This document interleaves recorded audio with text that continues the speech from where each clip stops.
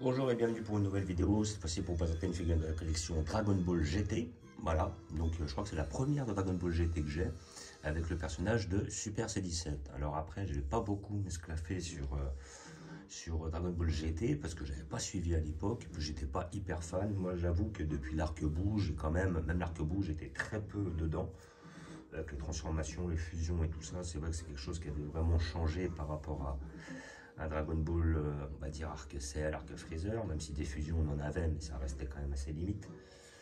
Et comment dire, voilà, après Dragon Ball GT, j'avoue que j'ai totalement, je ne connais pas du tout. Hein. Bon, je vois à peu près les adversaires, je vois qu'il y a Super C17, je vois qu'il y a Baby Vegeta là, voilà, donc après je crois que c'est là où j'ai Omega Shenron aussi. Voilà, avec ça, mais j'avais pas trop suivi. Je vois à peu près, mais j'ai pas trop suivi. Et ce qui se passe, c'est que bah voilà, ils ont sorti chez Matchmaker un petit duo, voilà, qui va être notre Super C17 face à petit Goku. Donc c'est un petit Goku. Là, j'ai pas compris non plus pourquoi Goku était. Faudrait que je me renseigne. Pourquoi Goku était devenu petit, mais il y avait eu un délire comme ça, peut-être avec les Dragon Ball ou je sais pas quoi. Et à côté de ça, donc il y avait nos adversaires Super C17, Omega Shenron et Baby Vegeta. Donc après, peut-être par la suite, chez Matchmaker, nous sortirons des figurines assez proches de cela.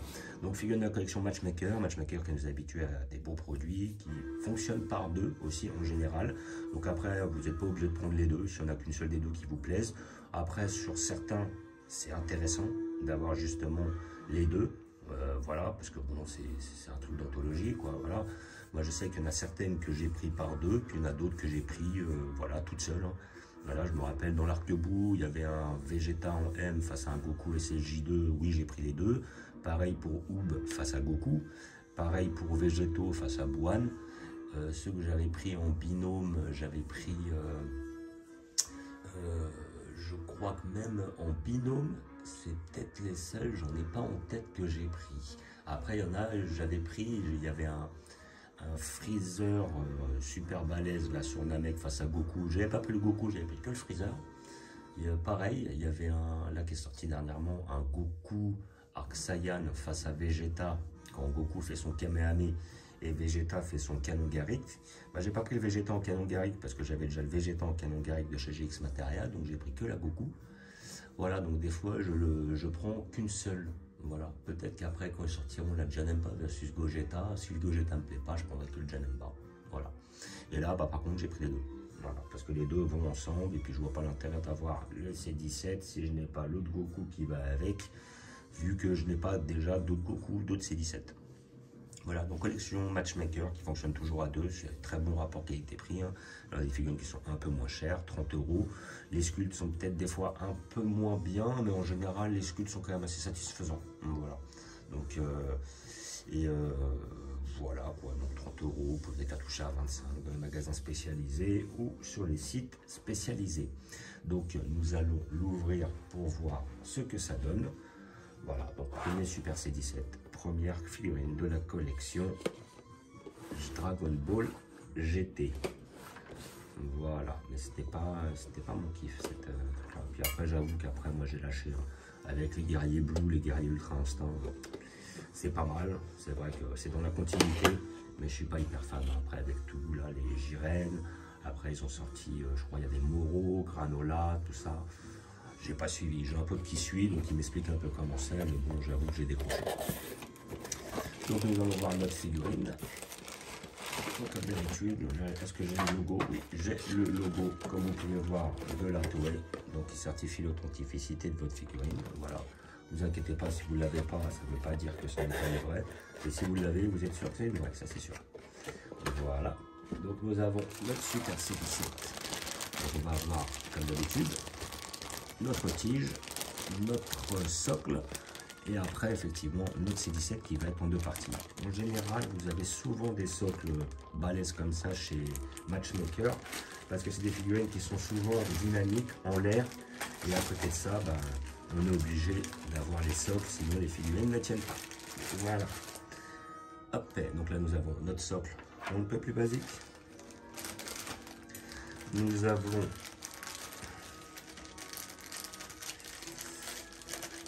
notre tige on ne peut plus basique aussi. Et après, nous allons voir notre C17 en 2 parties. Donc avec une petite pause digne de Superman, évidemment. Nos jambes, dans un premier temps. Et le haut de notre corps.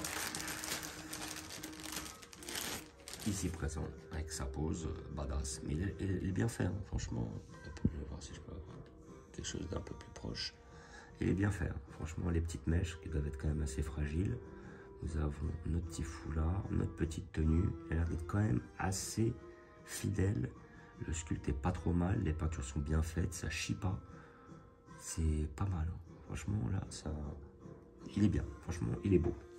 Il est beau, notre C17, il est beau. Voilà. Donc, hop, notre tige que nous allons mettre dans notre sac. Et paf le chien. Et après, notre perso, ici, présent. Donc, on ne peut plus... C'est simple. On emboîte. En tout cas, il était maigre. Comparé à quand il était dans l'arc cyborg. Et après, ouais, la figurine, il faut y aller. On va essayer de ne pas exploser les mèches. C'est pas le but.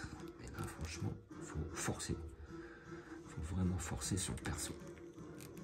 Voilà. Hop, j'ai forcé. Il est à fond. Alors là, en fait, je vois un point dans le truc. Je comprends pas le délire. Il n'y a pas d'autre. Visiblement, il est comme ça. Ça va être au niveau de la beuge. En dessous de la fesse. Voilà. Ici. Et là, nous avons notre perso qui va être là. Tel un bonhomme de Superman. Voilà. Bah, ça va. Elle est pas trop mal. Franchement, elle est belle. Pour tous les fans de Dragon Ball GT, hein, ça peut être une occasion. Je peux pas vraiment savoir. Vu que je m'y suis pas intéressé, je ne sais pas s'ils en ont déjà sorti de souvenirs. J'ai déjà vu des Super C17. Mais bon, là on a quand même un Super C17 qui est pas mal, qui est dynamique, qui est bien sculpté et qui est pas cher, comparé aux autres prix de figurines, effectivement. Si vous allez maintenant, je sais pas, Figure 0, Shiban Kuji, vous allez avoir des prix qui vont doubler, voire tripler. Peut-être même quadrupler. Donc, là, sur un niveau là, à 30 €, avoir un petit diorama, c'est pas si mal. Okay, je vais peut-être l'enlever parce que pour moi, je trouve mal emboîté. Voilà, au max. Voilà, il faut y aller. N'hésitez pas et faites attention aux mèches. Voilà. Là. Et voici notre... On va mettre dans notre socle. Voilà. Là, ça fait, ça rentre, c'est nickel, ça tient. Alors, que dire sur notre personnage? Voilà, donc là, on va le regarder. On va essayer d'avoir quelque chose d'un peu plus propre. Voilà, là, on va l'avoir. Hop, encore un peu plus près. Donc, bon, qu'est-ce qu'on peut dire? Eh ben, franchement, moi, je trouve que déjà, c'est un bonhomme qui est détaillé. Donc, ça, c'est pas mal. Voilà, donc là, il a l'air d'être fidèle. Ça doit être le moment où il fait un contrat avec quelqu'un. Il est vénère. Voilà, les cheveux sont bien faits. Le foulard aussi. Le corps est bien fait. Les peintures, la figurine est quand même assez détaillée. Et comment dire, après, bon, on voit un petit peu la rainure au niveau du corps, mais je pense que je vais la reforcer là. Voilà. Et comment dire, le petit pantalon est bien fait, les petites écorchures et tout, les petites bottes, il y a du détail, voilà. Bon, il n'y a pas trop d'effet blush là, l'effet noircissant. Mais bon, dans l'ensemble, bon, ça fait peut-être un peu plastique sur certains points. Voilà, ça c'est un peu dommage, mais sinon dans l'ensemble, pour ceux qui aiment C17 ou Super C17, franchement elle est qualitative, les petites mèches sont bien faites, voilà, et là ça va faire un petit diorama qui va être intéressant avec le petit Goku qui va arriver, voilà, franchement elle est belle, le sculpte est bien fait, la figurine n'est pas chère, comment dire, elle a l'air d'être assez fidèle au manga, et bon, on doit avoir un effet de rareté par rapport au personnage.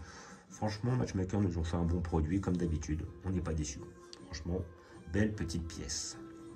Alors, donc figurine de la collection Matchmaker qui marche en duo en général, figurine à 30 €, vous pouvez peut-être la toucher à moins cher, allez voir dans les magasins spécialisés et tout ça.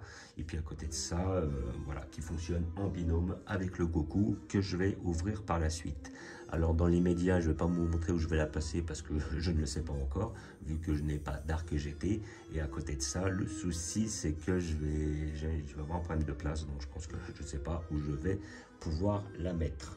Mais dans l'ensemble, ça reste quand même une figurine qui est très très belle, très très bien faite pour tous les fans, voilà, de Dragon Ball GT.